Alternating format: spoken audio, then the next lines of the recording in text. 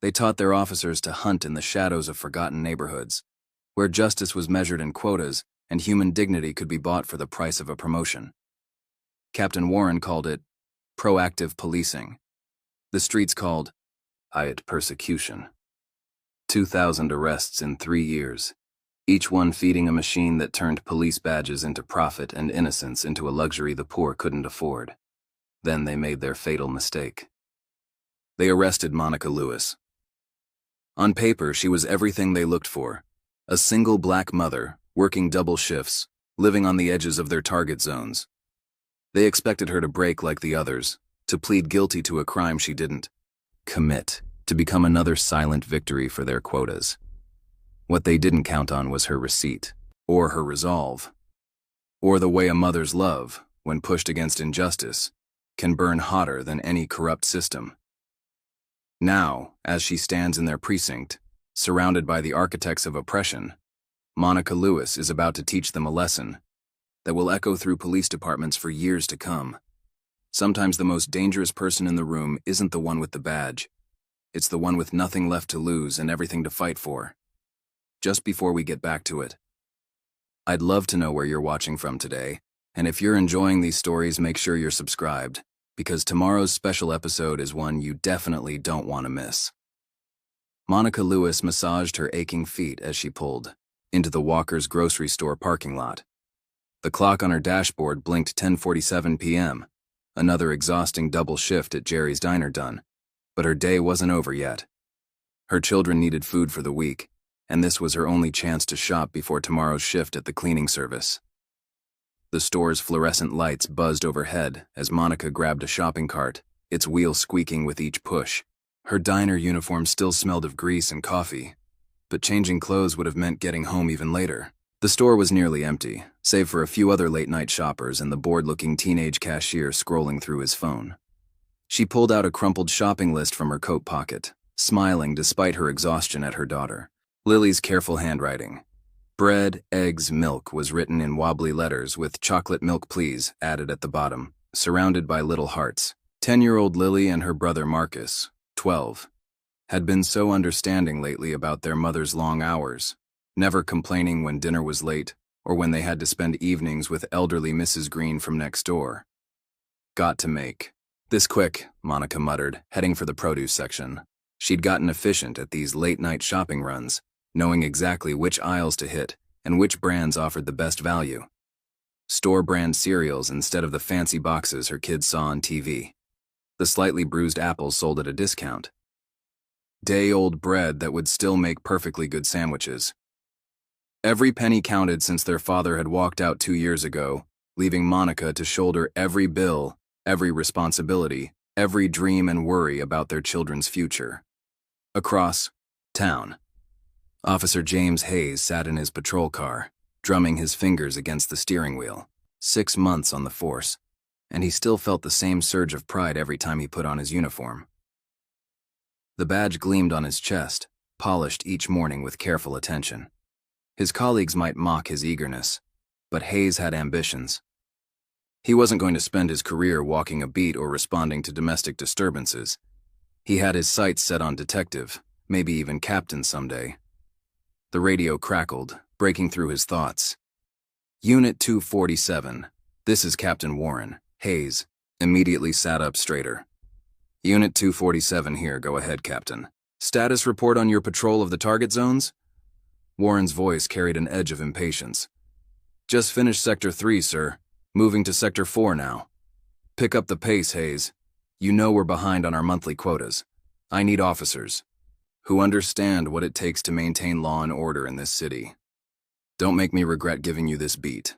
Hayes swallowed hard, remembering Warren's earlier orientation about which neighborhoods needed extra attention.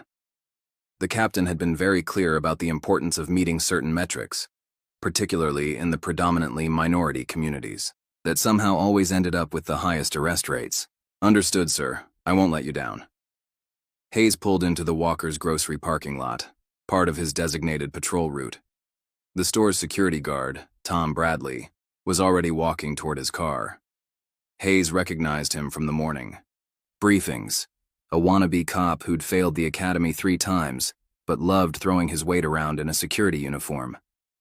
Bradley leaned down to Hayes' window, his voice dropping conspiratorially. "Glad you're here, officer. Got a suspicious one inside. Black female. Been wandering the aisles for a while. Probably stuffing merchandise in her coat." Hayes felt his pulse quicken. This could be his chance to show Warren he understood how things worked in this precinct. "Thanks for the heads up. Description? Dark blue coat, jeans. Looks like some kind of waitress uniform underneath. Been watching her on the cameras. Something ain't right about how she's moving through the store." Inside, Monica was at the checkout counter, carefully counting out bills from her worn wallet. Each item had been selected with precision, staying within her tight budget while ensuring her children would have enough to eat for the week. The teenage cashier barely looked at her as he scanned the items, more interested in his phone than the late-night customer. "That'll be $73.42, he mumbled. Monica counted out the exact amount, tucking the receipt safely in her pocket. Her grandmother had taught her long ago to always keep receipts, especially when shopping. Late at night. "Better safe than sorry," she'd said, and Monica had learned the wisdom of those words over years of being followed in stores, questioned about purchases, treated with suspicion for simply trying to feed her family. The automatic doors whooshed open as Monica stepped into the cold night air, grocery bags balanced in both hands. Her mind was already racing ahead to home. Marcus needed help with his math homework, and Lily had been fighting a cold. Maybe she could squeeze in a bedtime story if they were still awake.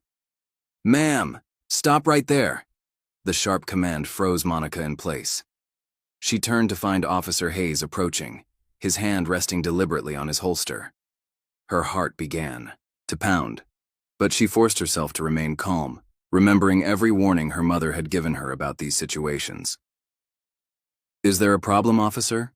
she asked, keeping her voice steady and polite. "Put those bags down slowly and keep your hands where I can see them." Hayes moved closer, his rookie nervousness masked by aggressive authority. "We've had reports of shoplifting." Monica carefully set down her groceries, her hands trembling slightly. "Sir, I have my receipt right here in my pocket. I paid for everything."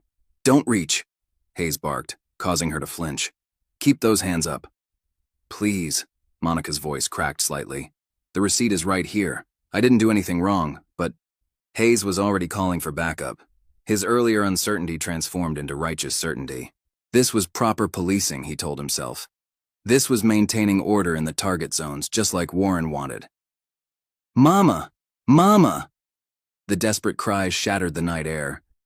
Monica's heart dropped as she saw Marcus and Lily running across the parking lot, Mrs. Green hurrying behind them as fast as her arthritis would allow. The elderly woman had been watching the kids in her apartment just around the corner, waiting for Monica to return with groceries. "Stay back!" Hayes shouted at the approaching children, his hand tightening on his holster.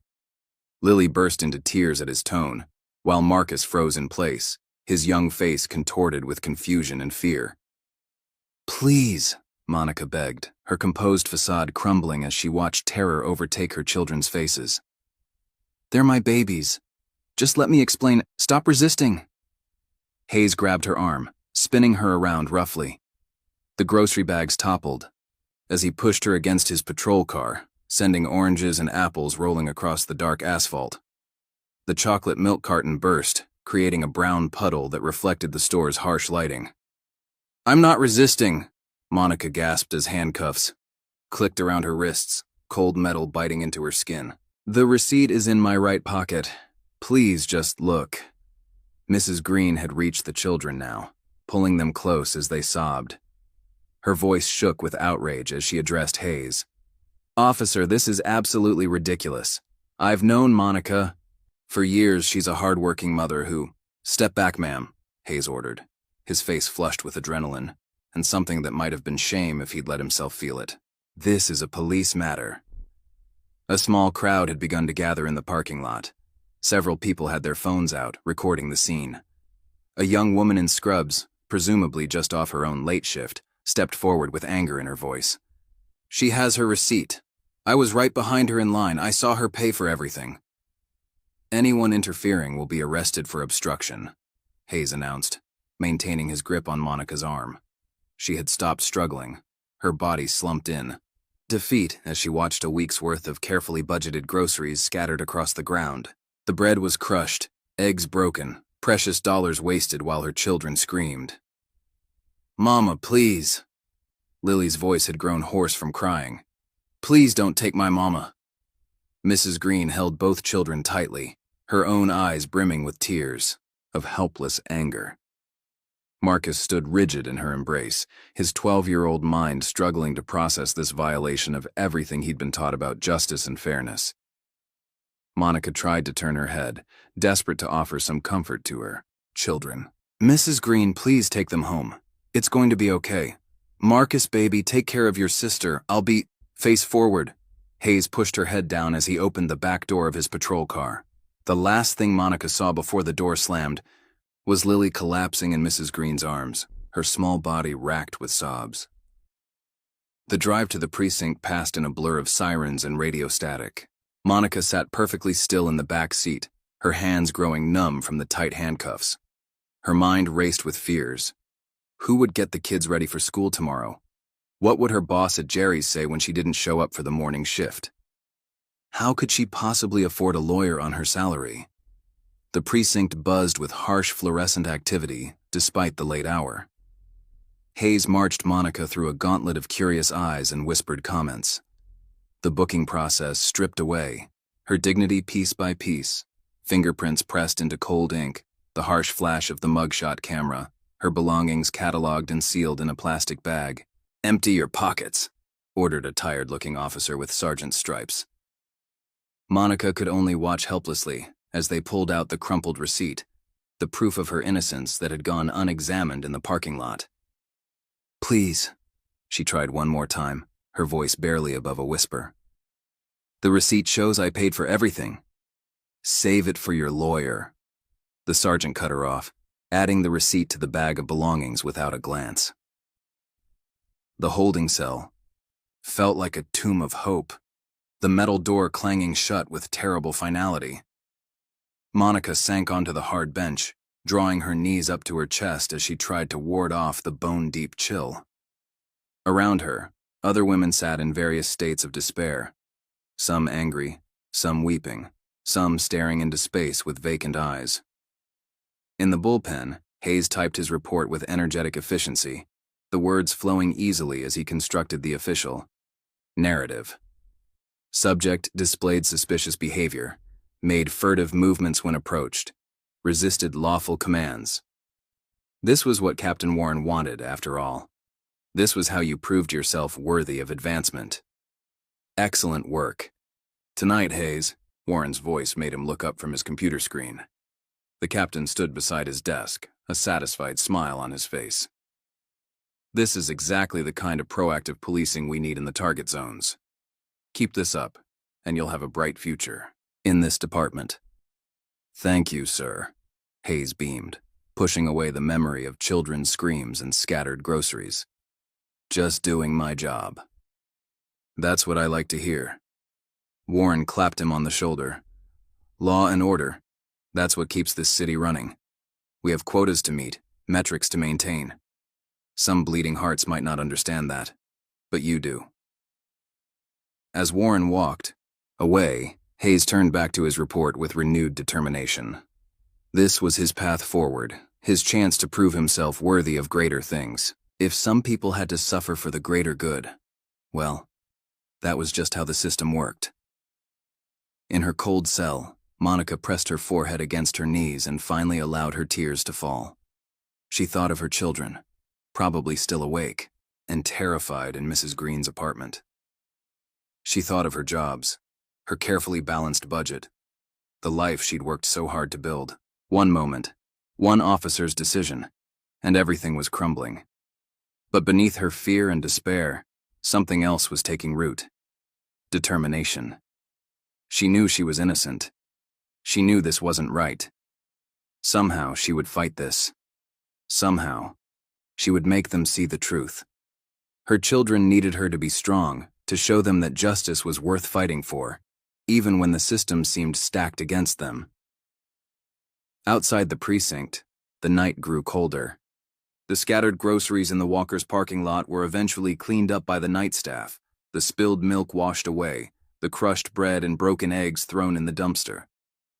Mrs. Green sat in her apartment, holding Monica's exhausted children as they finally fell into troubled sleep, whispering prayers for justice into the darkness. In his patrol car, Officer Hayes began his next loop through the target zones, his radio crackling with calls, his freshly pressed uniform still perfect, his conscience slowly hardening into the shape his superiors demanded. The night was still young, and there were quotas to meet, arrests to make, order to maintain. Monica closed her eyes in her cell, trying to find a comfortable position on the hard bench. The walls seemed to press in around her, but she refused to let them crush her spirit. Tomorrow would bring new challenges, explaining to her bosses, finding a lawyer, reassuring her children. But for now, she held on to her faith that somewhere, somehow, someone would help her fight back against the machine that had so carelessly torn her world apart. Hours crawled by in the holding cell. The fluorescent lights never dimmed, making sleep impossible. Monica thought about Lily's handwriting on the shopping list, about Marcus's face twisted in helpless anger, about Mrs. Green's promises to take care of them. She thought about the receipt in the property bag, such a small piece of paper to carry the weight of her innocence. She thought about Officer Hayes and wondered if he would sleep well tonight, if the sound of her children's screams would haunt his dreams as they now haunted her waking moments. Morning light filtered through the precinct's grimy windows as Monica was finally released, her belongings returned in a plastic bag. The local news vans were already gathering outside, their satellite dishes reaching toward the sky like hungry birds. Her heart sank when she saw her mugshot plastered across their screens. The words, "Local mother arrested for theft," scrolling. Beneath, Mrs. Green waited in the lobby, her weathered face tight with worry. "The children are at school," she said, pulling Monica into a fierce hug. "I made sure they ate breakfast, but they barely slept." "Oh, Monica, this isn't right." Monica's fingers trembled as she checked her phone. 27 missed calls. Her bosses, her children's school, numbers she didn't recognize. One voicemail from Jerry's diner stood out. "Given your situation, we'll need to find someone more reliable." Outside, reporters swarmed like locusts. "Mrs. Lewis, any comment on your arrest? Sources say you have a history of shoplifting. Care." "To respond? That's a lie." Monica's voice cracked with exhaustion and anger. "I've never stolen anything in my life." Mrs. Green guided her through the media gauntlet to her ancient Buick. As they drove away, Monica saw the headline on the local news website, "Repeat offender caught in grocery store heist." The photo they'd chosen made her look hardened, dangerous. Nothing like the exhausted mother she'd seen in the mirror that morning. "They're saying I've done this before," Monica whispered, her hands clenching into fists. "They're making me look like a criminal." "We won't let them get away with this," Mrs. Green declared, her arthritic hands gripping the steering wheel tightly. "My Harold, God rest his soul, always said that a lie can travel halfway around the world while the truth is still putting on its shoes, but truth catches up eventually." Back at her apartment, Monica found a termination notice from the cleaning service slipped under her door. 2 jobs lost in less than 12 hours. The rent was due in 10 days, and her savings wouldn't cover it. She sank onto her worn couch, overwhelmed by the speed with which her life was unraveling. Her phone buzzed with a text from an unknown number. "Saw what happened at Walker's. Have video. DM me. Justice Watcher." More messages followed as the video of her arrest spread across social media. Some offered support, others spewed hatred, but one caught her eye, a local activist named Rachel Martinez. "This isn't an isolated incident. Captain Warren's precinct has a pattern. Call me." The next morning, a small crowd gathered outside the precinct. Signs bobbed in the morning air. "Justice for Monica. Stop police quotas. Black Lives Matter." Rachel stood at the center, her megaphone amplifying years of community frustration. "How many more innocent people will be arrested to meet quotas?" she demanded. "How many more families torn apart?" Inside the precinct, Officer Hayes watched the protesters through Venetian blinds. His report sat open on his computer, the official narrative feeling hollow in the light of day. The video of the arrest had gone viral, and the comments were brutal. His own sister had called, her voice thick with disappointment. "Jimmy, what were you thinking? Don't let it get to you." Captain Warren's voice made him jump. Social media warriors don't understand what it takes to keep order. Speaking of which, the DA's office called. They're offering your perp a deal. Plead guilty to a misdemeanor. Time served. Hayes nodded mechanically, but something didn't sit right. The receipt had been in her pocket, just like she'd said. He'd seen it in booking, date-stamped, itemized. Why were they pushing for a plea? The courthouse stood like a stone guardian in the heart of downtown, its marble steps well worn by the feet of those seeking justice. Monica climbed them slowly, Mrs. Green at her side. The prosecutor's office had summoned her for a meeting, and she couldn't afford to ignore the call. Assistant District Attorney William Sheffield sat behind a massive desk, his suit as crisp as his tone. "Mrs. Lewis, let's be practical. You're a single mother with no savings and no lawyer. We're offering you a way out. Plead guilty to misdemeanor theft, and this all goes away. Time served, minimal fine." "I'm not pleading guilty to something I didn't do," Monica replied, her voice firm despite her racing heart. "I have the receipt. I paid for everything." Sheffield's smile didn't reach his eyes. "Receipts can be faked. Officer Hayes' report paints a very different picture. Think about your children, Mrs. Lewis. Do you really want to risk jail time?" "I am thinking about my children." Monica stood, her hands steady now. "I'm thinking about what kind of example I'd be setting if I admitted to a crime I didn't commit just because you're trying to scare me." As they left the courthouse, a tall black man in an impeccable suit approached them. "Mrs. Lewis? I'm Judge Nathaniel Carter. I couldn't help overhearing. Are you being pressured to take a plea?" Monica hesitated, but Mrs. Green spoke up. "They're trying to railroad her, Your Honor. She's innocent. There's video proof, witnesses, even the receipt. But they're threatening her with jail if she doesn't plead guilty." Judge Carter's expression darkened. "I know this game all too well. The system counts on people being too scared or too poor to fight back." He handed Monica a business card. "Call Jason Bell. Tell him I sent you. He's a civil rights attorney who takes on cases like yours pro bono." Jason Bell's office was a far cry from the prosecutor's mahogany palace. Papers covered every surface, and protest posters lined the walls. The lawyer himself was younger than Monica expected, with keen eyes and barely contained energy. "Judge Carter told me about your case," he said, gesturing for Monica and Mrs. Green to sit. "I've been tracking Warren's precinct for months. They have a pattern of targeting minority neighborhoods, enforcing illegal arrest quotas. Your case might be exactly what we need to expose it." "I just want my life back," Monica admitted. "I lost both my jobs, my kids are traumatized, and the media's painting me as some kind of career criminal." "We'll get your life back," Jason promised, "and maybe help others avoid the same fate. But I need you to be strong. Warren and his cronies won't go down without a fight." Back at the precinct, Hayes sat through the daily briefing, trying to ignore the growing knot in his stomach. Warren was praising the department's proactive policing strategies, boasting about increased arrest numbers. The other officers nodded along, but Hayes noticed Officer Maria Rivera staring at her hands, her face troubled. After the meeting, Hayes found himself studying arrest reports from the past 6 months. The pattern was undeniable. Predominantly minority neighborhoods, similar charges, same outcome. Most defendants took plea deals, their lives forever marked by convictions they couldn't afford to fight. That evening, Jason filed a motion requesting all arrest records from Warren's precinct. The response was swift and aggressive. The department's lawyers claimed confidentiality, citing ongoing investigations and officer safety. "They're hiding something," Jason told Monica during their next meeting.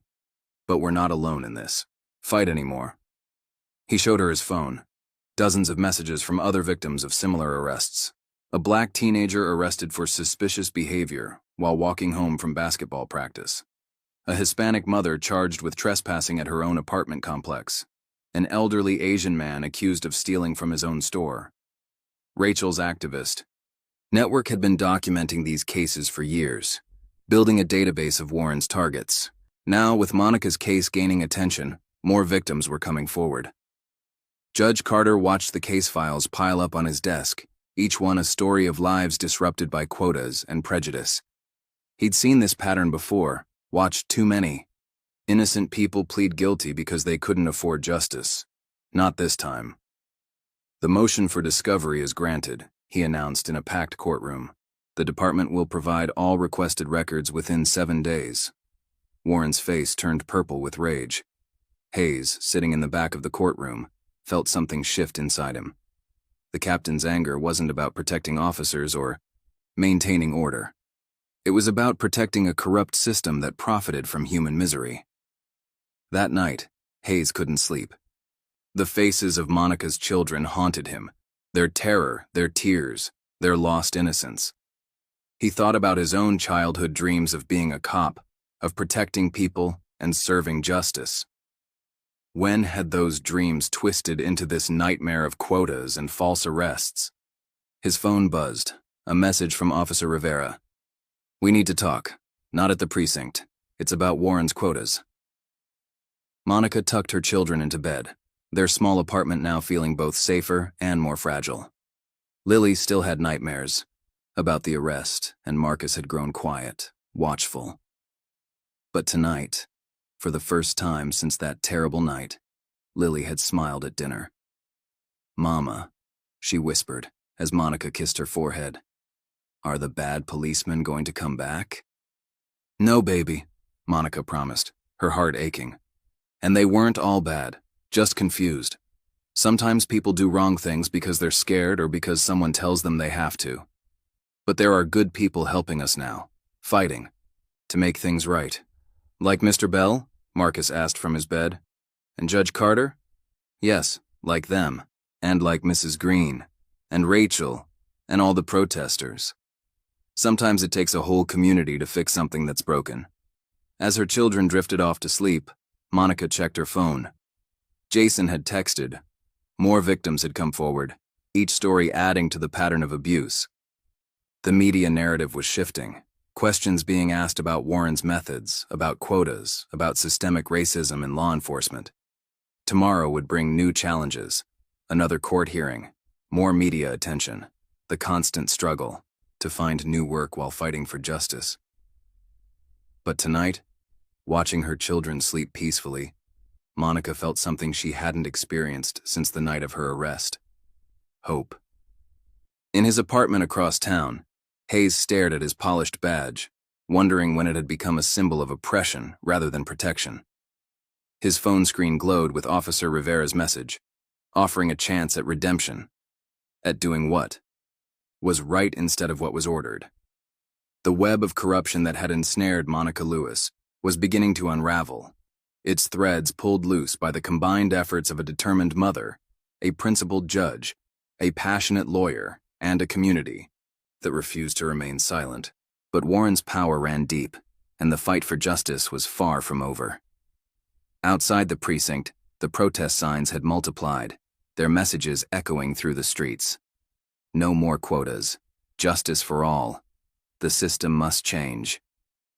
Rachel led the growing crowd in chants that reached through the precinct walls, demanding accountability, demanding change.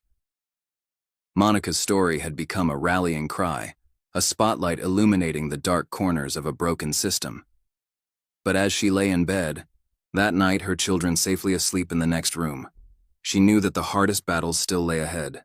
Warren wouldn't surrender his power easily, and the corrupt web he'd woven through the department would resist being torn apart. Yet something had shifted in the city's consciousness. More voices were joining the chorus for change, more evidence emerging of Warren's corrupt practices. The truth was finally catching up, and its footsteps echoed like thunder through the halls of power. Jason Bell sat at his cluttered desk, surrounded by towers of case files and cold coffee cups. His computer screen displayed an email from Walker's grocery store. "We regret to inform you that the surveillance footage from the night in question has been accidentally deleted during routine system maintenance. Accidentally deleted my foot, he muttered, reaching for his phone to call Monica. Before he could dial, a text message appeared from an unknown number. North parking lot. Midnight. About Warren's quotas. Come alone. The night air carried a chill as Jason waited in his car, engine off, watching shadows play across the empty parking lot. A figure emerged from the darkness. Officer Maria Rivera, still in uniform, her shoulders tense with nervous energy. Thanks for coming, she said, sliding into the passenger seat. I can't be seen talking to you. Warren has eyes everywhere. Tell me about the quotas, Jason replied, his recorder discreetly running. Rivera's hands twisted in her lap. It started small, suggestions about which neighborhoods needed extra attention. Then came the bonuses, cash incentives for officers who met certain performance metrics. Warren called it productivity enhancement. How many innocent people were arrested? Hundreds, maybe thousands. Most took plea deals because they couldn't afford to fight. Rivera pulled out a flash drive. This is a copy of Warren's ledger. He tracks everything: arrest numbers, racial, demographics, bonus payments. He's careful never to put it on official servers. Back at his office, Jason pored over the ledger's contents. The numbers told a damning story. Systematic targeting of minority neighborhoods, financial rewards for aggressive officers, careers made and broken based on arrest quotas. Meanwhile, Monica faced her own battles. Marcus came home from school, with a split lip, his eyes dark with suppressed rage. Baby, what happened? Monica touched his face gently, her heart breaking at his flinch. Tommy Peters said you're a criminal, Marcus muttered. Said his dad saw it on the news. Said we don't belong here anymore. Lily huddled in the corner of the couch, her homework untouched. The other kids won't play with me at recess, she whispered. They say their parents told them to stay away. Monica pulled both children close, feeling their small bodies tremble, with confusion and hurt. Listen to me, she said firmly. What they're saying isn't true. Sometimes people believe lies because they're scared or because they don't know better. But we know the truth, and we're going to fight for it. That evening, Jason visited Monica's apartment, bringing pizza and the grim news about the surveillance footage. They're trying to bury the evidence, he explained, watching Marcus pick listlessly at his slice. But Officer Rivera came forward. She's given us proof of Warren's quota system. Will it be enough? Monica asked, her voice heavy with exhaustion. The strain of unemployment and legal battles had left dark circles under her eyes. We're getting there. Judge Carter ordered the release of arrest records, and my team is analyzing the pattern. Warren's bonuses weren't just unethical, they were illegal. We just need to prove it. A knock at the door made them all freeze.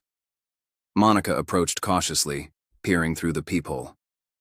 A manila envelope lay on her doormat. No sender in sight. Inside was a handwritten note. Back off or your kids might have more trouble at school. Some accidents can't be prevented. Monica's hands shook as she showed Jason the threat. They're targeting my children now. This ends now, Jason growled, pulling out his phone to call Judge Carter. Across town, Officer Hayes sat in his car, staring at the precinct entrance. His latest arrest quota was due, but Rivera's words haunted him. How many other innocent people had he arrested, their lives destroyed to feed Warren's corrupt machine? His phone buzzed. Another message from Warren. Numbers looking low this month, Hayes.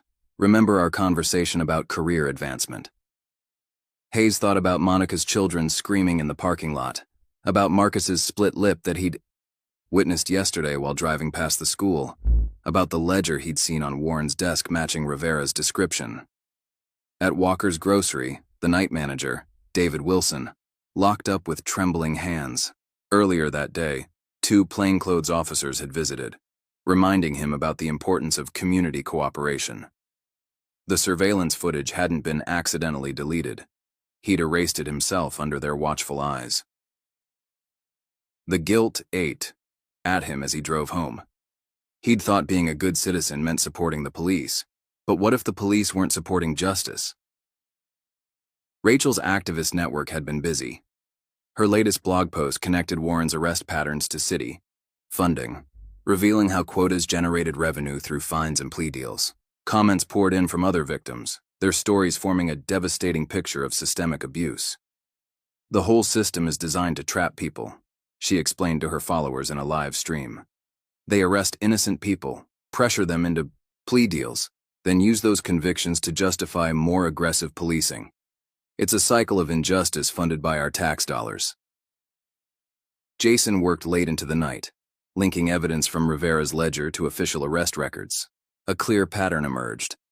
Officers who met quotas received bonuses, while those who questioned the system found themselves assigned to dead-end beats or facing internal investigations. His computer pinged with an email from a former officer who'd worked under Warren. I tried to report the quota system 3 years ago. They buried the complaint and forced me into early retirement. I kept copies of everything. The next morning, Monica walked her children to school, ignoring the whispers and stares from other parents. Marcus walked with his head high, but his hand gripped hers tightly. Lily hummed quietly to herself, a nervous habit she'd developed since the arrest. Remember what I told you, Monica said at the school gates. You have nothing to be ashamed of. We're fighting for the truth. Mrs. Lewis? She turned to find Officer Hayes standing awkwardly nearby, his uniform crisp, but his face troubled.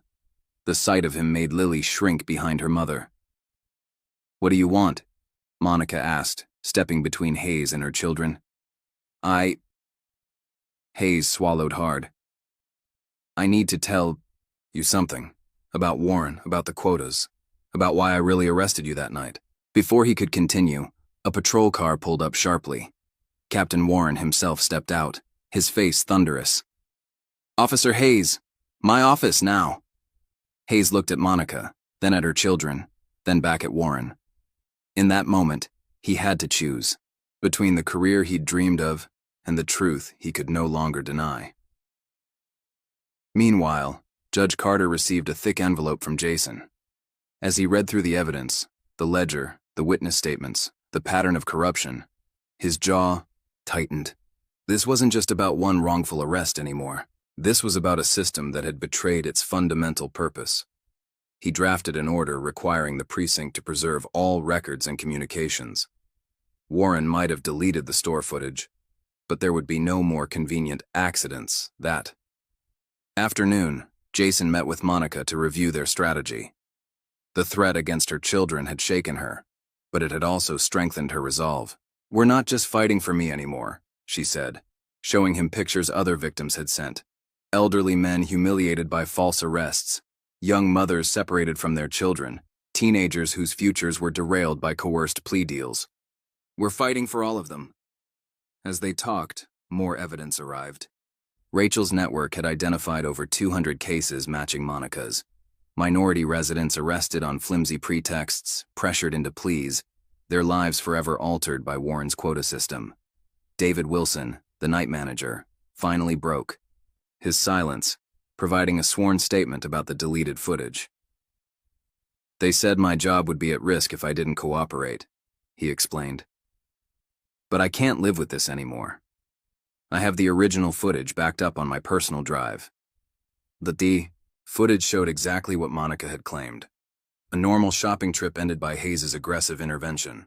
More importantly, it showed Warren himself visiting the store hours before the arrest, speaking with security guard Bradley. Officer Rivera continued gathering evidence, taking enormous risks to document Warren's ongoing corruption. She recorded conversations about quotas, photographed internal memos, and compiled lists of officers who'd been rewarded or punished based on their arrest numbers. Late that night, Hayes sat in his apartment, staring at his badge and gun. Warren's threats echoed in his mind, but so did the sound of children crying, of lives being broken for the sake of statistics. His phone held dozens of texts from Warren, each more threatening than the last. The next morning, Monica received another envelope. But this time, when she opened it, she smiled. Inside were statements from other officers in Hayes's precinct, each one detailing Warren's quota system and its devastating impact on the community. Jason added these statements to his growing file. The evidence was overwhelming. A conspiracy of quotas, racism, and greed that had destroyed countless lives. Now they just had to prove it in court. As Monica tucked her children into bed that night, Lily asked a question that broke her heart. "Mama, why do some police officers hurt people instead of helping them?" "It's complicated, baby," Monica answered. "Carefully. Sometimes people forget why they chose their jobs. They forget that their power is supposed to help people, not hurt them. But there are good police officers too, ones who remember. And when the bad ones do wrong things, it's up to everyone else to stand up and say no." "Like you're doing?" Marcus asked from his bed. "Like we're all doing," Monica corrected him. "Me, Mr. Bell, Judge Carter, Officer Rivera, even Officer Hayes now. Sometimes it takes a whole community to fix something that's broken." Across the city, others were joining the fight. David Wilson gave his statement to the press, exposing the coercion behind the deleted footage. Former victims of Warren's quota system came forward, their stories filling Rachel's blog and local news reports. Hayes sat in his car outside the precinct, Rivera's words ringing in his ears. "We took an oath to protect and serve, not to destroy. Lives for bonuses." His hand hovered over his phone, Judge Carter's number ready to dial. One call would change everything. His career, his life, the entire system he'd been part of. In his chambers, Judge Carter reviewed the mounting evidence. The pattern was clear, the corruption undeniable. Tomorrow, he would issue an order that would shake the department to its foundations. But tonight, he said a prayer for all those whose lives had been damaged by Warren's corrupt machine. Monica stood at her window, watching the city lights flicker in the distance. Tomorrow would bring new challenges, new threats, new battles. But tonight, she felt stronger than ever. The truth was emerging, justice was awakening, and change was coming. In the darkness of his office, Warren sat surrounded by shredded documents, his empire crumbling around him. But even as he destroyed evidence, more was being created. His own. Officers were turning against him, their conscience finally outweighing their fear. The web of corruption was unraveling, its threads pulled loose by the courage of those who dared to stand against it. Tomorrow would bring revelation and reckoning, but tonight, the truth gathered strength in the shadows, waiting for its moment to shine. Morning sunlight streamed through the courthouse windows as Monica straightened her borrowed suit jacket.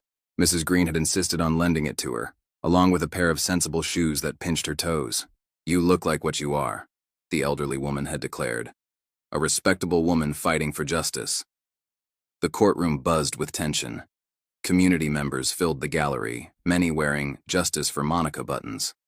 Rachel's activists lined the back wall, notebooks ready. Reporters sketched quick portraits of the scene, their pens scratching against paper since cameras weren't allowed. Jason Bell arranged his files at the defense table, each document a piece of the puzzle they'd assembled. Monica sat beside him, her hands folded tightly in her lap.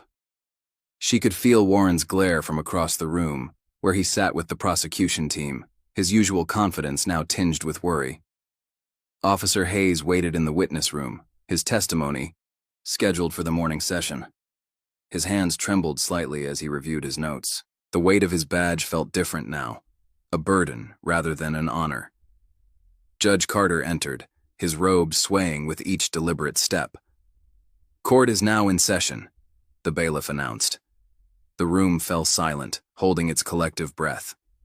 Assistant District Attorney Sheffield rose, his opening statement smooth as polished marble. "Ladies and gentlemen of the jury, this is a simple case of theft and resisting arrest. The defendant, Monica Lewis, was caught attempting to leave Walker's grocery store with unpaid merchandise. When confronted by Officer Hayes, she became combative." "Objection." "Your Honor," Jason interrupted. "Counsel is testifying rather than providing an opening statement." "Sustained," Judge Carter ruled. "Mr. Sheffield, please restrict yourself to what you intend to prove." Sheffield adjusted his tie, momentarily thrown. The state will prove that Officer Hayes had probable cause to arrest Mrs. Lewis, that she resisted a lawful arrest, and that her claims of innocence are merely an attempt to avoid responsibility for her actions. When Jason stood to deliver his opening, his voice carried the weight of every document they'd uncovered, every witness who'd come forward. This case isn't about shoplifting. It's about a system that turns innocent people into criminals to meet quotas. We will prove that Mrs. Lewis was targeted, arrested, and prosecuted, not because she committed any crime, but because she was in the wrong place, at the wrong time, with the wrong skin color. Officer Hayes was the first witness called. He walked to the stand stiffly, avoiding Monica's eyes. After being sworn in, he faced Sheffield's questioning. Officer Hayes, please describe the events of the night in question. Hayes swallowed hard, looking at his hands. I received a call about a suspicious person at Walker's Grocery. The security guard, Tom Bradley, reported possible shoplifting in progress. And what did you observe when you arrived? Hayes paused, his rehearsed testimony dying in his throat. He looked at Monica, at her children sitting with Mrs. Green in the gallery, at Warren's threatening glare. I observed Mrs. Lewis leaving the store with grocery bags. Did she appear suspicious? No, sir. She appeared to be a mother finishing her shopping. Sheffield's eyes narrowed. Officer Hayes, isn't it true that she reached for something when you approached her? She tried to show me her receipt, Hayes replied, his voice growing stronger. She told me repeatedly that she had proof of purchase, but I didn't listen. I was more concerned with meeting quota, with making an arrest. Move to strike, Sheffield barked. Non-responsive. Overruled, Judge Carter interjected. The witness may explain his actions. Jason's cross-examination revealed the full truth. Hayes described the quota system, the pressure from Warren, the targeting of minority neighborhoods. His voice shook as he recounted how many lives he'd damaged in pursuit of advancement. Why are you telling us this now? Jason asked.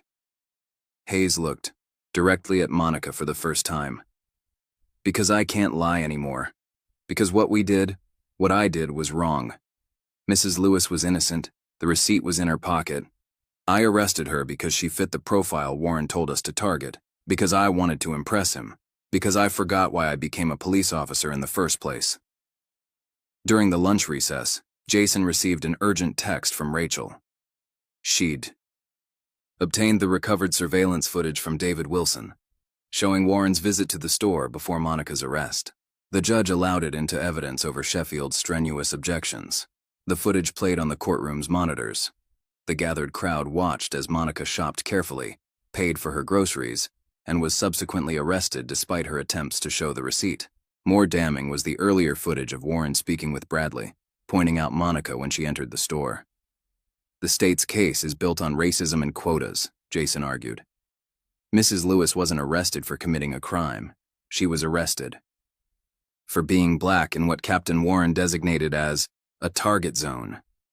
Sheffield tried to salvage his case by attacking Monica's character. Isn't it true that you've had previous interactions with law enforcement? Yes, Monica answered calmly. I called them when my ex-husband became violent. I called them when someone broke into my neighbor's apartment. I called them because I believed they would help. Instead, they targeted me. Judge Carter's voice cut through Sheffield's next question. Counsel, if you continue this line of questioning without evidence of relevant prior convictions, you will be held in contempt. The afternoon brought Officer Rivera to the stand. She detailed the quota system's operation, supported by years of documented evidence. Her testimony painted a picture of systematic corruption, with Warren at its center. Officers who met quotas received cash bonuses, she explained. Those who questioned the system were punished with bad shifts, poor evaluations, or worse. Warren called it motivation, but it was pure corruption. Warren shifted uncomfortably in his seat as Rivera described his methods. His phone buzzed, constantly with messages from city officials, each one more panicked than the last, as the depth of his corruption became public. The jury sat transfixed as Jason presented chart after chart, showing the racial disparity in arrests, The numbers were stark. Minority residents were 5 times more likely to be arrested in Warren's precinct, with most cases ending in plea deals rather than trials. Mrs. Lewis refused to plead guilty to a crime she didn't commit, Jason reminded the jury. She stood up to a system designed to break her, and in doing so, she exposed the truth about police quotas, racial profiling, and the corruption that turns law enforcement into a tool of oppression. Monica's children watched from the gallery as their mother took the stand. Her voice never wavered as she described the night of her arrest, the humiliation of jail, the loss of her jobs, and the ongoing trauma suffered by her family. "I taught my children to trust the police," she testified. "I taught them that the law protects everyone equally. That night in the parking lot, they learned a different lesson. But now, they're learning a new one. That standing up for the truth matters, that justice is worth fighting for." Sheffield's cross-examination tried to focus on the minute details of that night, but Monica's answers remained consistent and clear. The receipt was still in evidence, date-stamped and itemized, proving her innocence beyond doubt. As the day's session drew to a close, Judge Carter addressed the court. "We'll resume tomorrow morning with closing arguments. I remind everyone that this case has implications beyond one arrest. The integrity of our justice system itself is on trial." Outside the courthouse, reporters swarmed the steps. Rachel's activists chanted for justice while counter-protesters defended Warren. Monica walked through the chaos with her head high, her children's hands held tightly in hers. Hayes sat in his car long after the others had left, staring at his reflection in the rearview mirror. His testimony had ended his career, but for the first time since the academy, he felt like a real police officer, one who protected truth rather than quotas. Warren huddled with his lawyers in a downtown office, their faces grim as they reviewed the day's testimony. The evidence against him was overwhelming, his carefully constructed system exposed to public scrutiny. In his chambers, Judge Carter studied Monica's file late into the evening.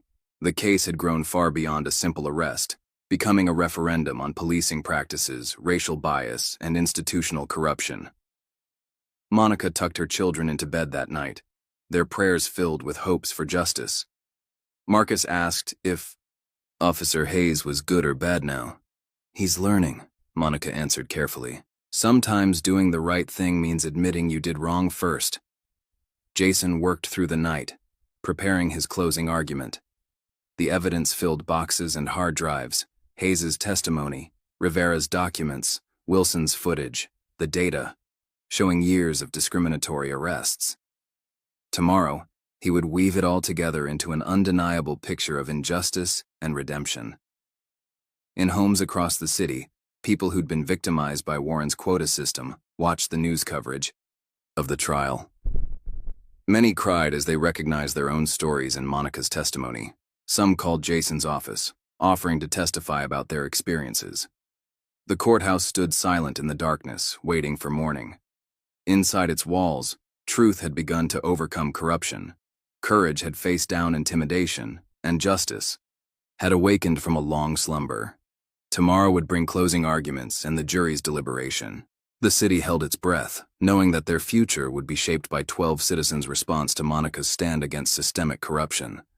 Mrs. Green sat in her apartment, polishing her good shoes for tomorrow. "My Harold used to say that justice moves slow," she told her cat. "But it moves sure when good people push it along." The night deepened as Monica lay awake, remembering the weight of handcuffs, the sound of her children crying, the cold cell where she'd refused to surrender. Her truth. Tomorrow would determine more than her fate. It would show her children and the world whether courage and honesty could truly overcome corruption and prejudice. Morning light painted the courthouse steps gold as Jason Bell climbed them, carrying a heavy cardboard box. Inside were financial records obtained through Judge Carter's subpoena, years of precinct accounts showing mysterious payments, unauthorized bonuses, and carefully hidden incentives. The courtroom hummed with anticipation. Monica sat at the defense table, her posture straight despite the exhaustion evident in her eyes. Warren occupied his usual spot behind the prosecution, But his normal swagger had been replaced by barely concealed anxiety. Jason began by calling the precinct's former bookkeeper, Sarah Martinez, to the stand. Her hands shook as she opened the ledger she'd secretly copied before being forced into retirement. "Can you explain these monthly payments?" Jason asked, projecting a spreadsheet onto the courtroom screen. "They were labeled as performance incentives," Sarah explained. "But they only went to officers who met certain arrest quotas. Captain Warren insisted on cash payments off the books. When I questioned it, he said it was standard procedure."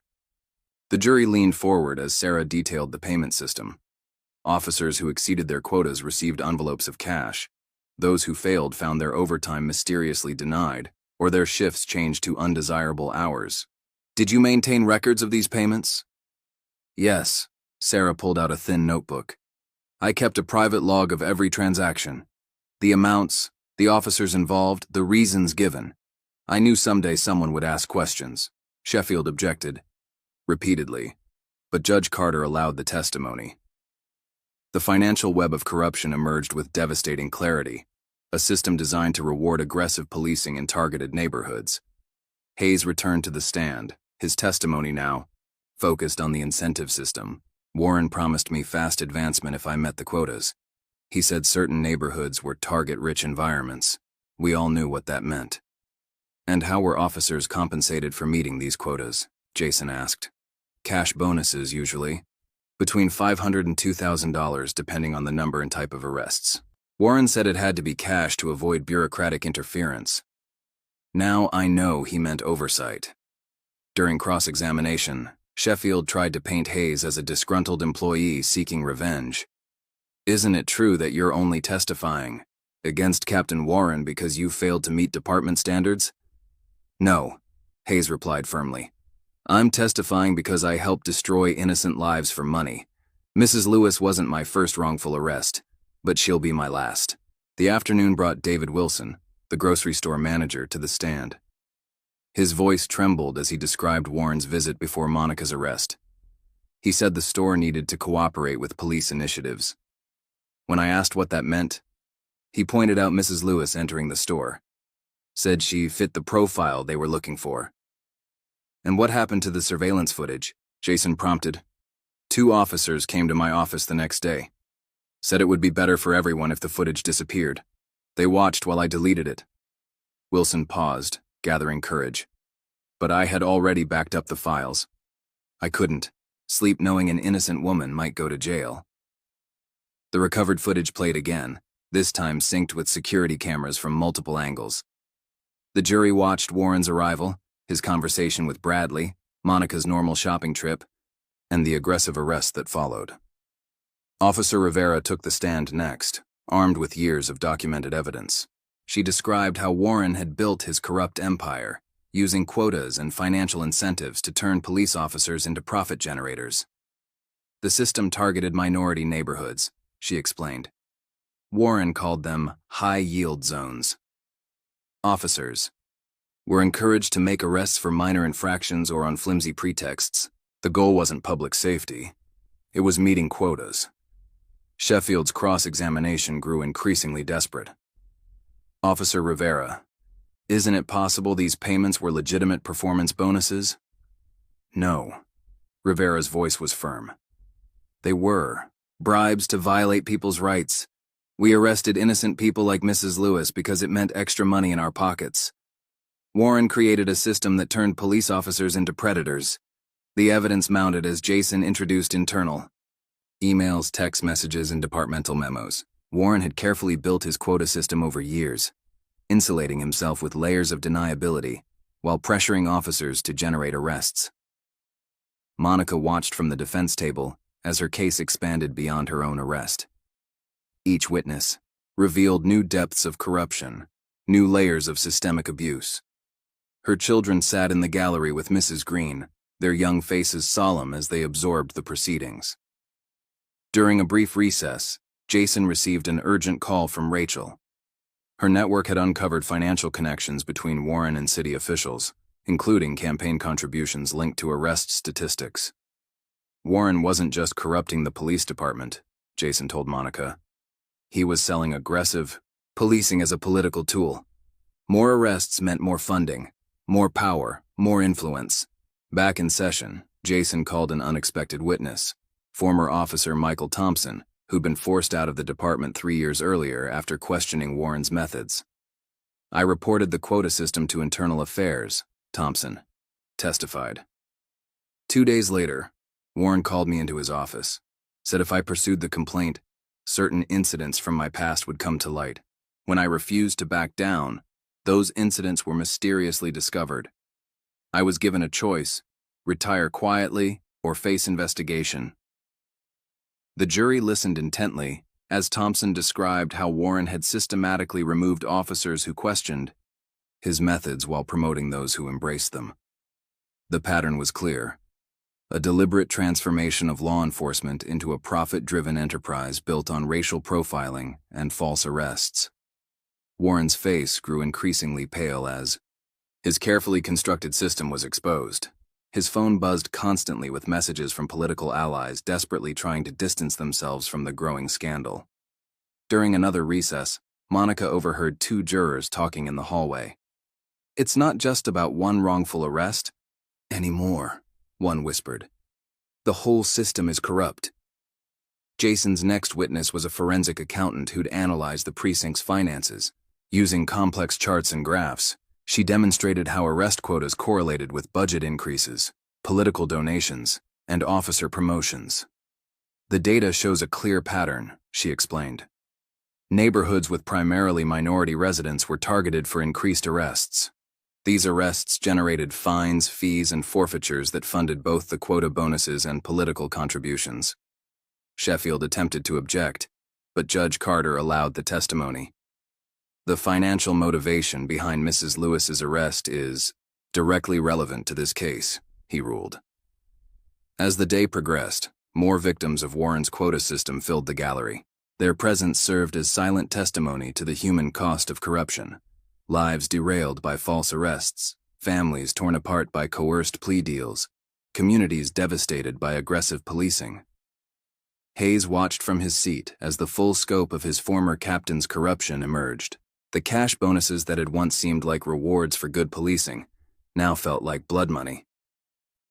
During the afternoon session, Jason introduced evidence of Warren's attempts to cover his tracks. Deleted emails recovered by computer forensics experts showed frantic messages ordering subordinates to shred documents and wipe hard drives. Captain Warren knew his system was illegal, Jason told the jury. That's why he insisted on cash payments. That's why he destroyed evidence. That's why he threatened anyone who questioned his methods. Monica's testimony took on new significance as the final witness of the day. She described how Warren's quota system had nearly destroyed her family. The jobs lost, the reputation damaged, the trauma inflicted on her children. "I wasn't arrested because I committed a crime," she said clearly. "I was arrested because I was worth money to them. My children watched their mother being handcuffed because Captain Warren needed to meet his quotas." Sheffield had no questions on cross-examination. The evidence was too overwhelming, the corruption too blatant to explain away. As court adjourned for the day, Judge Carter made an unprecedented announcement. "In light of today's testimony, I am referring this matter to the FBI for investigation of civil rights violations and criminal corruption." Outside the courthouse, reporters swarmed the steps as Rachel led protesters in chants for justice. Warren slipped out a side door, his lawyer shielding him from cameras while refusing to comment. Monica walked to Mrs. Green's car with her head held high, her children close beside her. The elderly woman had tears in her eyes as she hugged them. "All truth always rises," she said softly, "like cream to the top of milk. Might take time, but it always rises." That evening, Jason worked late in his office, preparing for the next day's proceedings. The evidence boxes surrounding him told a story of systemic corruption, of power abused and justice perverted. But they also told a story of courage, of people like Monica who refused to be broken, of officers like Rivera who chose truth over security, of citizens who stood together against injustice. Hayes sat in his apartment, his badge and gun on the coffee table. His testimony had ended his police career, but for the first time since the academy, He felt clean. Tomorrow would bring more revelations, more evidence of corruption, more proof that the system he'd once believed in had been twisted into a tool of oppression. Warren paced in his darkened office, shredding documents even as he knew it was too late. His empire of quotas and kickbacks was crumbling, exposed by the very people he'd tried to break. Monica tucked her children into bed, their prayers now including thanks for truth and justice alongside their usual requests. Marcus asked if things would be different now. "Yes, baby," she answered, smoothing his hair. "Sometimes things have to break completely before they can be fixed properly. What happened to us was wrong, but it's helping to fix something bigger than us." The city slept uneasily, knowing that tomorrow would bring more revelations, more evidence of how trust had been betrayed and power corrupted. But in that darkness, hope was growing. Hope that truth could overcome corruption, that justice could be restored. That change was finally coming. Monica's hands trembled as she straightened her blouse. The morning sun filtered through her apartment window, casting long shadows across the floor. Outside, she could hear news vans already gathering, their satellite dishes reaching toward the sky like metal flowers. "You ready, Mama?" Marcus asked, his school uniform neat and pressed. Lily stood beside him, clutching the lucky charm bracelet Mrs. Green had given her. "Ready as I'll ever be, baby." Monica hugged them both, breathing in their familiar scents, drawing strength from their presence. The courthouse buzzed with anticipation. The jury had deliberated for 3 days, each hour feeling like an eternity to Monica. As she walked through the security checkpoint, familiar faces nodded in support. Courthouse staff who'd watched the trial unfold, activists who'd stood vigil outside, other victims of Warren's quota system who'd come forward. Jason met them at the courtroom doors, his tie slightly crooked from a sleepless night. "Whatever happens," he whispered to Monica, "you've already won. The truth is out." Inside, the gallery filled quickly. Rachel's activists occupied one side, their "Justice for Monica" buttons catching the fluorescent light. On the other side sat police officers, some supporting Warren, others there to witness justice. Officer Rivera sat directly behind Monica, her presence a silent reminder of the courage it took to break the blue wall of silence. Warren arrived flanked by lawyers, his usual confidence replaced by barely concealed fear. The evidence against him was overwhelming. Years of financial records, witness testimonies, recovered documents, and surveillance footage painting a damning picture of systematic corruption. Judge Carter entered, his robe sweeping behind him. The room fell silent as the bailiff called out, "All rise! Court is now in session.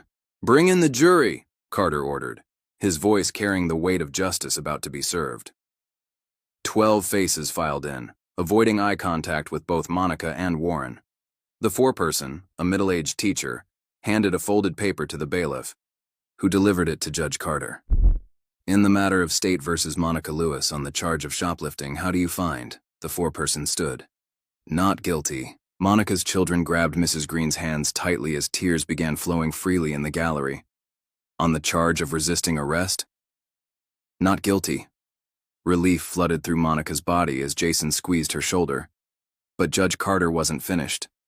"Given the evidence presented during this trial, I am taking the extraordinary step of ordering the immediate arrest of Captain James Warren on charges of corruption, conspiracy, civil rights violations, and obstruction of justice." The courtroom erupted as federal marshals moved toward Warren. His face turned ashen as handcuffs clicked around his wrists, the same sound that had haunted Monica's nightmares. "You can't do this," Warren sputtered. "I was maintaining order, following department policies." "The policies were corrupt," Judge Carter responded, his voice cutting through the chaos. "And you were their architect."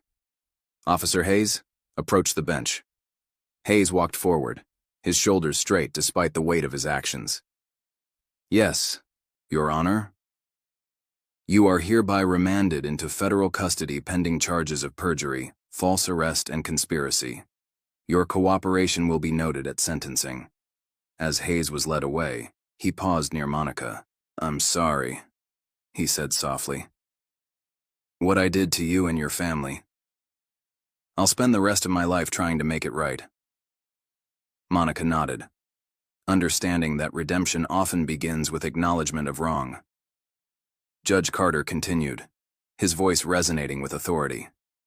This case has exposed a cancer within our justice system, a system of quotas that turn police officers into predators, targeting minority communities for profit.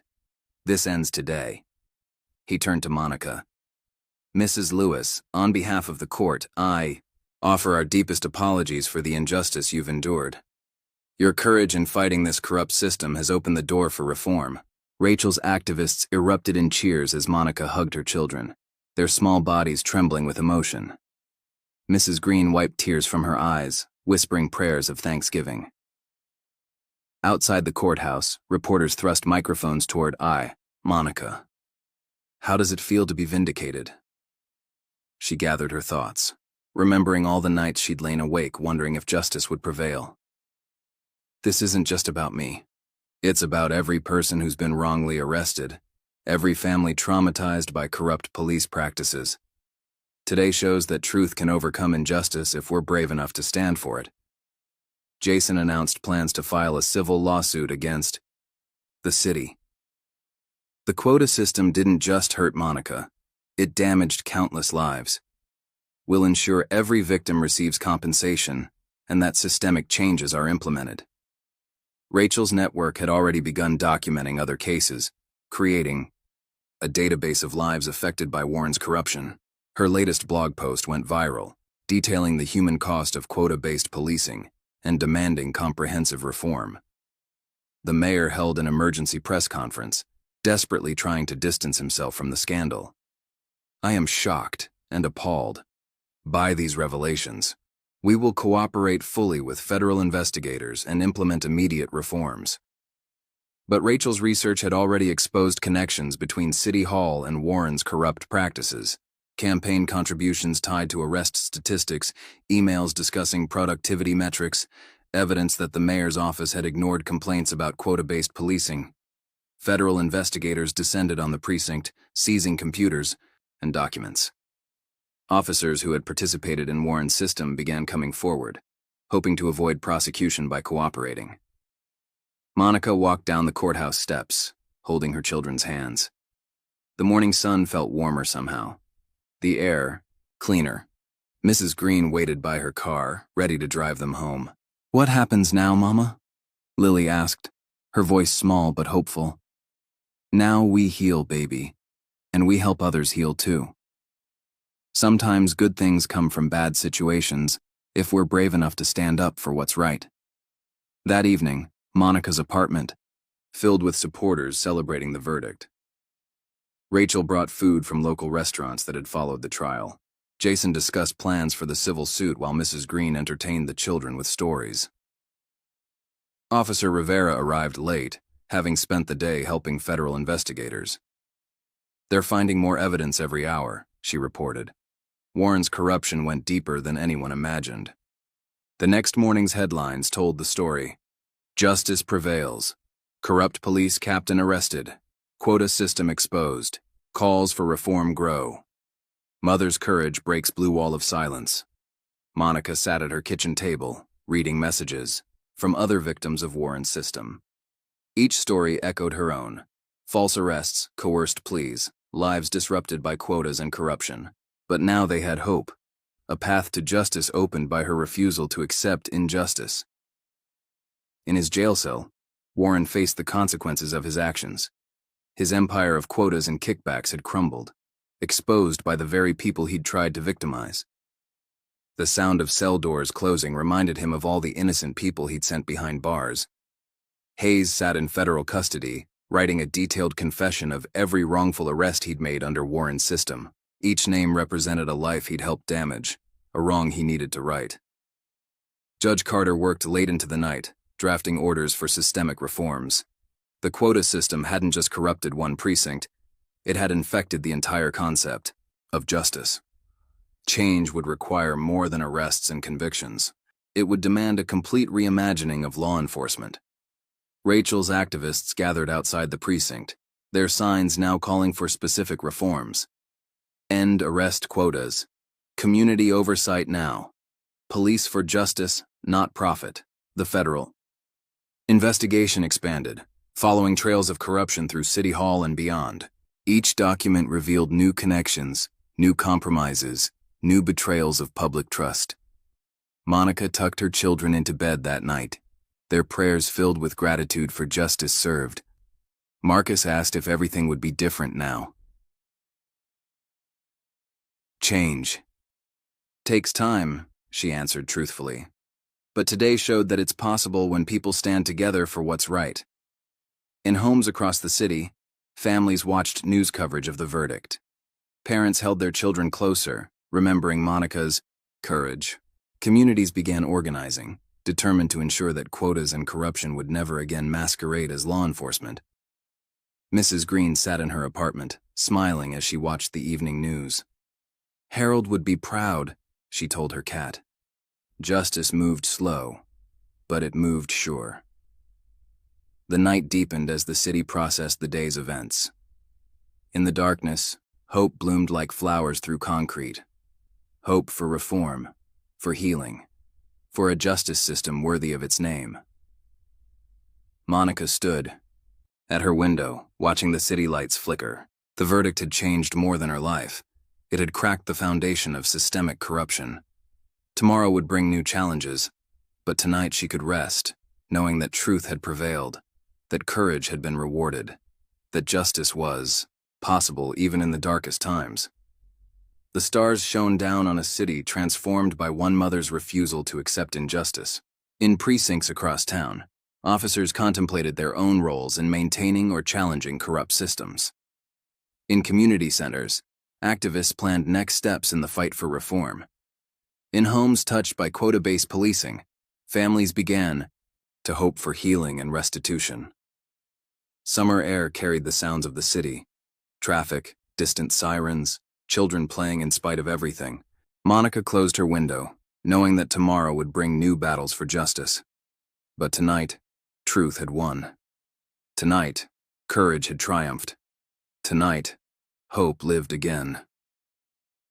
Autumn leaves scattered across the courthouse steps as Warren and Hayes entered for their sentencing hearing. 3 months had passed since Monica's vindication, months filled with federal investigations, plea deals, and a steady stream of revelations about the depth of corruption within the police department. Warren's trial had been brief but devastating. Former officers testified about his quota system, financial experts traced millions in illegal payments, and community members shared stories of lives destroyed by wrongful arrests. The evidence left no room for doubt. Judge Carter's courtroom was packed as he prepared to deliver the sentences. Monica sat in the gallery between Mrs. Green and Jason, watching the men who had nearly destroyed her life face accountability. James Warren, Judge Carter began, his voice heavy with authority. You transformed law enforcement into a profit-driven enterprise that targeted minority communities. You corrupted officers under your command, betrayed public trust, and caused untold harm to innocent citizens. Warren stood rigid, his former arrogance replaced by defeated resignation. The court sentences you to 15 years in federal prison, without possibility of early release. Additionally, you are ordered to make restitution to all victims of your quota system. As Warren was led away, Hayes stepped forward. His cooperation with investigators had revealed crucial evidence, but accountability couldn't be avoided. Officer Hayes, Carter continued, your cooperation is noted, as is your evident remorse. However, you participated in numerous wrongful arrests, knowing they were unjust. The court sentences you to 5 years, with eligibility for parole after 3. Hayes nodded, accepting his punishment. Before being escorted out, he turned to Monica. I'll spend every day trying to make amends. Outside, Rachel's activists celebrated the sentences with signs reading, Accountability Matters and Justice Served. The crowd included many of Warren's victims, their faces reflecting a complex mix of vindication and lingering pain. The city council chambers overflowed during a special session to address police reform. Monica testified about her experience, her voice steady as she described the human cost of quota-based policing. This isn't about punishing police, she explained. It's about creating a system that truly serves and protects everyone equally.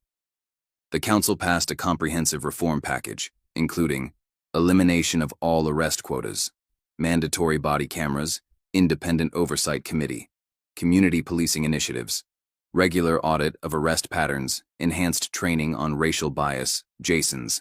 Civil lawsuit against the city reached a historic settlement. Monica received substantial compensation, but more importantly, the agreement mandated systemic changes in law enforcement practices. The settlement isn't just about money, Jason announced to reporters. It's about ensuring this never happens again. The funds allowed Monica to move her family to a better neighborhood and start a small business. But she didn't stop fighting for change.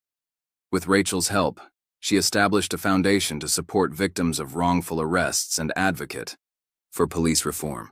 The Foundation for Police Accountability works to bridge the gap between law enforcement and communities, Monica explained during the opening ceremony. We believe in justice that serves everyone. Officer Rivera played a crucial role in rebuilding trust between police and citizens. Her testimony had helped dismantle Warren's corrupt system, and now she led training sessions on ethical policing. We took an oath to protect and serve, she reminded fellow officers. That means standing against corruption, even when it wears a badge. The precinct underwent a complete reorganization. Many officers resigned or faced charges, but others embraced the chance for reform. New leadership emphasized community engagement over arrest numbers, and civilian oversight ensured transparency. Hayes wrote letters from prison, documenting his journey from ambitious rookie to corrupt officer to reluctant whistleblower. His written confession became required reading at the police academy, a cautionary tale about the importance of moral courage.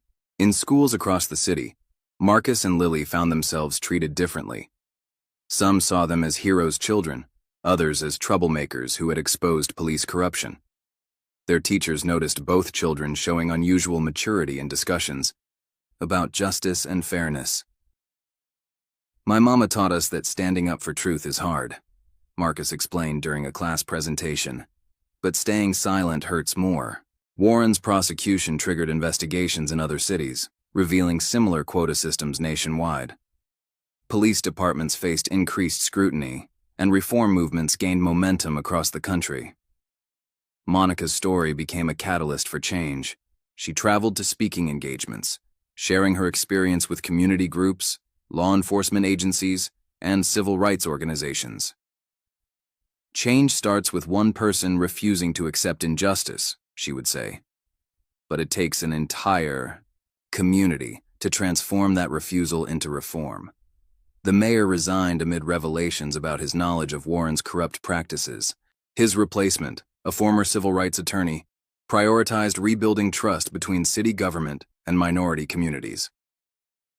Judge Carter's reputation for integrity grew.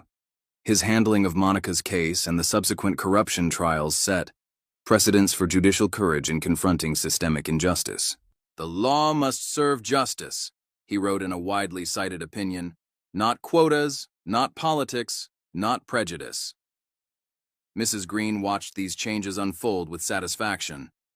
Her apartment became a gathering place for community organizers, her wisdom helping guide the ongoing fight for reform. Progress isn't just about changing laws, she often said. It's about changing hearts and minds. 1 year after Warren's arrest, the city gathered for a memorial service honoring victims of quota-based policing. Families shared stories of loved ones imprisoned, lives derailed, trust shattered. But they also spoke of healing, of communities, united in demanding change. Monica stood at the podium, her children beside her, addressing the gathered crowd. A year ago, I was just a mother trying to feed her children. Today, we're all part of something larger, a movement to ensure justice serves everyone equally. The Foundation's work expanded, offering legal aid, counseling, and advocacy support to families affected by police misconduct. Each case represented another chance to transform pain into progress. Hayes watched news coverage of these changes from his prison cell, writing detailed accounts of how Warren's system had corrupted the department. His testimonies helped other cities identify and eliminate similar quota practices. Rachel's network of activists grew into a powerful force for accountability, monitoring police practices and advocating for continued reform. Their documentation of cases helped prevent backsliding into old patterns. Officer Rivera developed new training programs emphasizing ethical decision-making and community engagement. Young officers learned to measure success by lives improved, rather than arrests made. The precinct's transformation became a model for departments nationwide. Visitor groups toured the facilities, learning about community policing initiatives and civilian oversight mechanisms. Marcus excelled in school, his experiences fueling an interest in law and justice. Teachers noted his thoughtful contributions to discussions about civil rights and social change. Lily's nightmares about the arrest gradually faded, replaced by pride in her mother's courage. She started a student group promoting understanding between youth and law enforcement. Monica's small business thrived, becoming a gathering place for community members and reform advocates. The walls displayed newspaper articles about the case, alongside artwork created by local children. The foundation established scholarships for children of incarcerated parents, helping break cycles of poverty and trauma. Each recipient represented hope for a more just future. Warren served his sentence in a federal facility, his empire of corruption dismantled, his legacy transformed from respected captain to cautionary tale about abuse of power. One evening, Monica found Marcus studying the framed newspaper article about Warren's sentencing. "Do you think he understands now?" he asked. "What he did to people?" "I hope so," Monica answered thoughtfully. "But what matters more is that we understand how to prevent it from happening again, how to stand up for what's right, how to change things that are wrong." The city had changed irrevocably. Trust was being rebuilt, not through speeches and promises, but through consistent action and accountability. Each reformed policy, each civilian oversight meeting, each community policing initiative represented another step toward justice. As autumn deepened into winter, Monica stood at her business's window, watching leaves dance in the wind. The Foundation's latest report showed significant decreases in wrongful arrests and improved police-community relations. "Progress isn't perfect," she told a documentary filmmaker interviewing her about the changes. "But it's real. Every person who speaks up, every officer who chooses integrity over quotas, every judge who demands accountability, they're all part of the solution." The story of one mother's fight for justice had sparked a movement, challenging systemic corruption and demanding change. In precincts, courtrooms, and communities across the nation, people were learning the lesson Monica had taught her children: that standing up for truth might be difficult, but silence in the face of injustice was no longer an option. 5 years. After her wrongful arrest, Monica Lewis stood before a packed auditorium at the National Civil Rights Conference. Her memoir, Standing for Truth, had topped bestseller lists for months, its powerful message resonating with readers across the country. "Change doesn't happen in grand moments," she told the attentive crowd.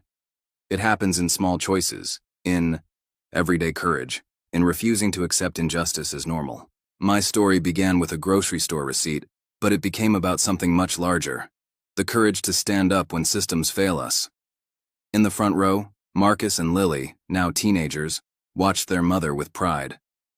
Marcus had just started college, majoring in law, with dreams of becoming a civil rights attorney like Jason Bell. Lily, a high school junior, led her school's social justice club and mentored children affected by police misconduct.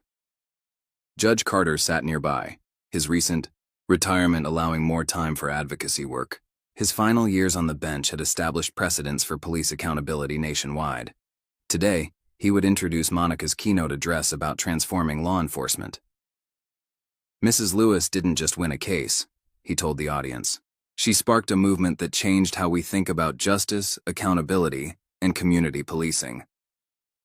The Police Accountability Foundation, which Monica had established with her settlement money, now had offices in 12 cities. Their work had helped overturn hundreds of wrongful convictions and implement reform measures in police departments across the country. Jason Bell, still passionate despite his graying hair, headed the Foundation's legal team. His office walls displayed framed newspaper articles about successful cases, each representing another life restored, another injustice corrected.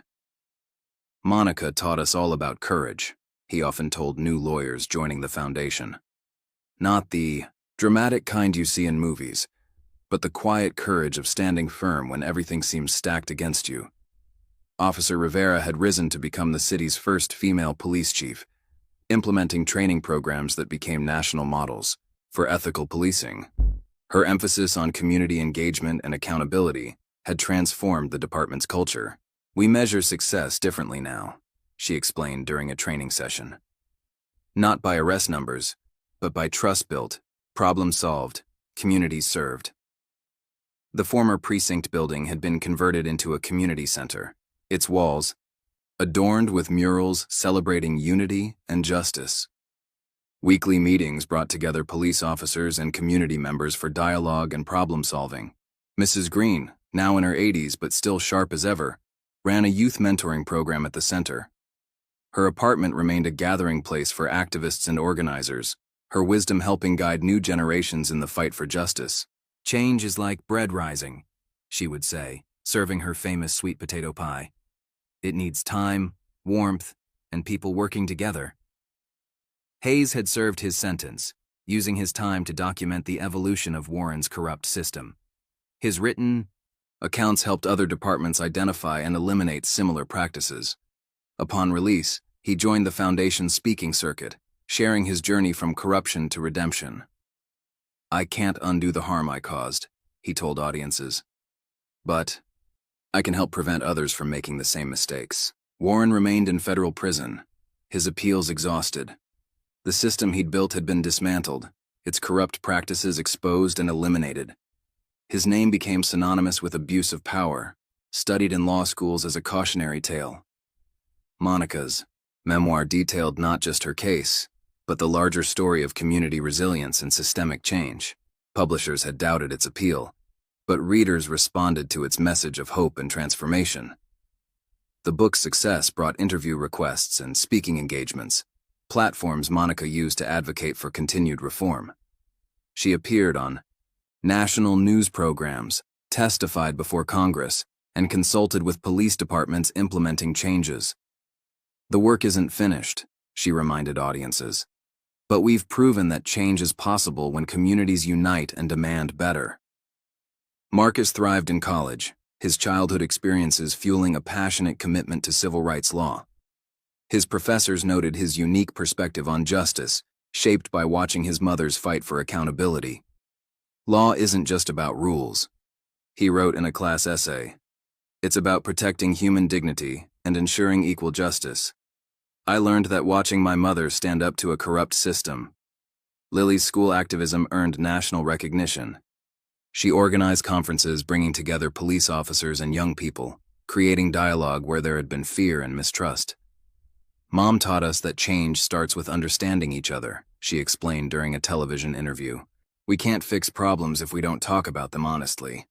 The Foundation's latest initiative focused on preventive measures, working with police academies to screen out candidates with authoritarian tendencies and strengthen ethical training.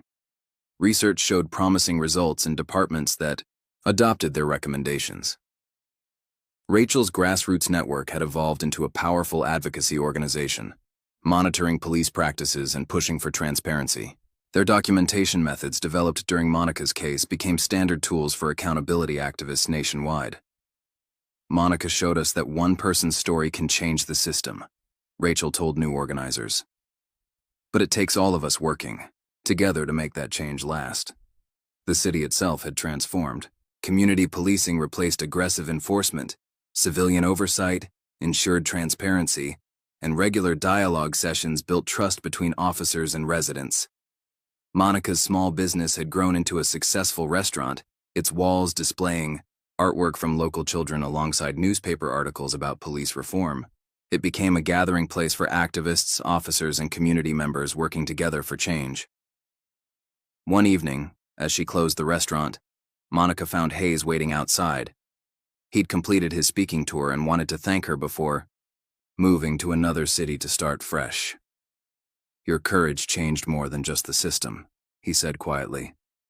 "It changed people like me." made us face what we'd become and choose a different path.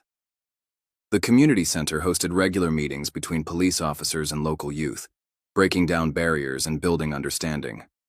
Officers learned to see the humanity in the communities they served, while young people discovered that badges didn't have to mean fear. Monica's calendar filled with speaking engagements, but she always made time for local groups starting their own reform initiatives. Her story encouraged others to stand up, speak out, and demand accountability. Change isn't something that happens to us, she told a group of community organizers. It's something we create together, choice by choice, day by day. The Foundation's scholarship program had grown, supporting education for children affected by police misconduct. Each recipient represented hope for a more just future, their success stories adding to the growing evidence that change was possible. Judge Carter's judicial philosophy influenced a new generation of judges, encouraging them to prioritize justice over procedure and recognize systemic barriers to equality. "The law must serve humanity," he wrote in his memoir, "not the other way around." Rivera's police department became a national model, hosting officers from other cities eager to learn about community-oriented policing. Their success proved that effective law enforcement didn't require quotas or aggressive tactics. The former precinct's community center hosted an anniversary celebration, marking 5 years of transformation. Residents shared stories of positive police interactions, of problems solved through dialogue, of trust slowly rebuilt. Monica watched her children grow into passionate advocates for justice, their childhood trauma transformed into purpose. Marcus's legal studies and Lily's activism represented hope for continuing progress. "You turned pain into purpose," Mrs. Green told her over tea. "That's the greatest victory of all." The national movement for police reform gained momentum, inspired by Monica's example of persistent, principled resistance to injustice. Other communities used her story as a blueprint for their own struggles. As Monica prepared to conclude her keynote speech, she looked out at the assembled crowd.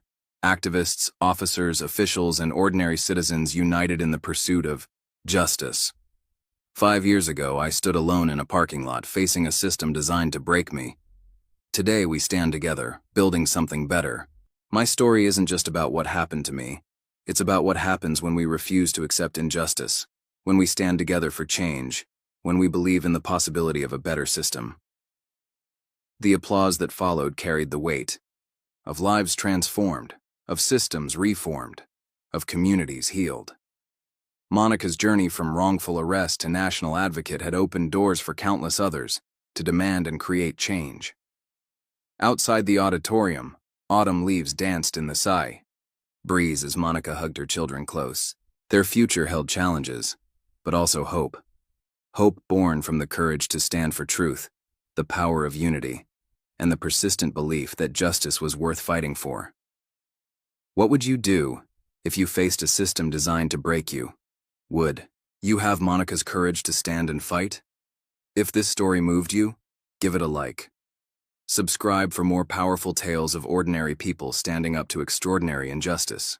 And remember, sometimes the biggest changes start with the smallest acts of courage. Share this video if you believe in the power of one person to make a difference. Together, we can ensure stories like Monica's continue to inspire change.